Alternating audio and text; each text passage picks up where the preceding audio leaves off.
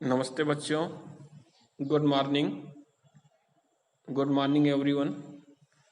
और आज हम लोग अपने अगले टॉपिक पे चर्चा करेंगे। इसके पहले हम लोग ने लास्ट टर्न में महासागरों और महाद्वीपों का वितरण देखा था और इसके अंतर्गत महाद्वीपीय प्रवाह से संबंधित कुछ बातें पढ़ी थी। अब इसमें देखना यह है कि महाद्वीपीय विस्थापन हुआ, इसके पक्ष में कौन कौन से तर्क आ रहे हैं और क्या क्या चीजें कैसे कैसे इसमें परिकल्पनाएं आई। तो अक्सर देखा गया कि जो भी महाद्वीप थे उनके किनारे के जो महासागरीय तट हैं उनमें एक दूसरे में एक समानता देखने को मिलती है। यदि इसमें देखते हैं हम कि 1964 में एक बुलई नाम के व्यक्ति थे और उन्होंने कंप्यूटर की सहायता से ये देखा कि जो अटलांटिक महासागर है उसके तटों को जोड़ते हुए उन्होंने एक मानचित्र बनाया और वो बिल्कुल सटीक उनका अनुमान निकला।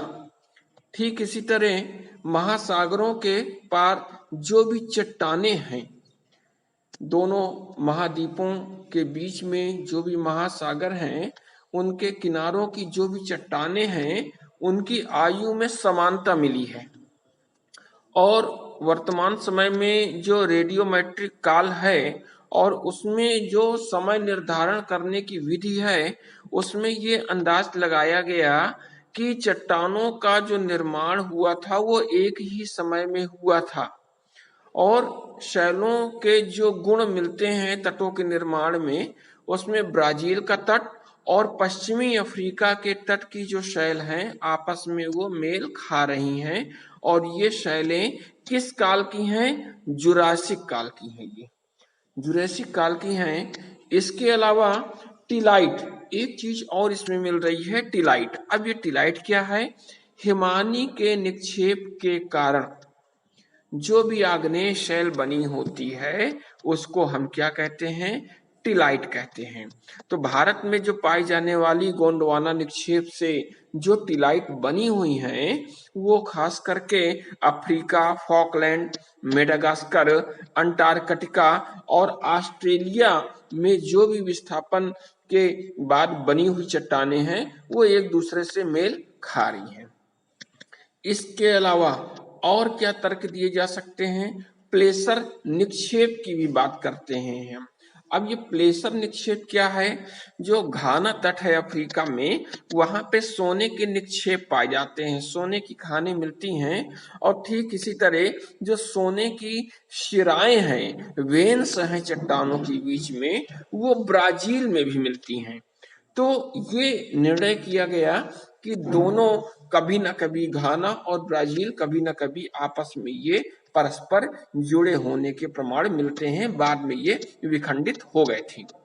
इसके बाद जीवाश्मों का वितरण भी कुछ ऐसा मिलता है, डिस्ट्रीब्यूशन ऑफ फॉसिल्स, और इसमें जीवाश्म भारत में मिलते हैं और वे ही मेडागास्कर और अफ्रीका में मिलते हैं, वही जीवाश्म जो भारत में मिल रहे हैं।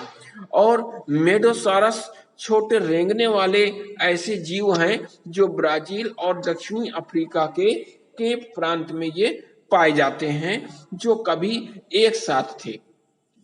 और प्रवाह संबंधी कुछ बल भी है और वेगनर ने क्या किया? महाद्वीपीय विस्थापन से में दो कारण प्रस्तुत किए, एक तो पोलर या ध्रुवीय फ्लाइंग बल और दूसरा ज्वारीय बल।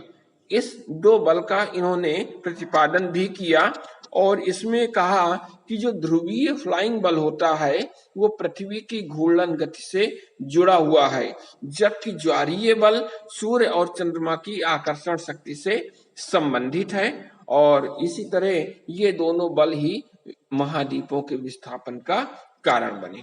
इसके बाद आता है संवहन धारा का सिद्धांत और इस सिद्धांत के बारे में हम लोग नेक्स्ट अपने अगले टर्न में हम लोग पढ़ेंगे।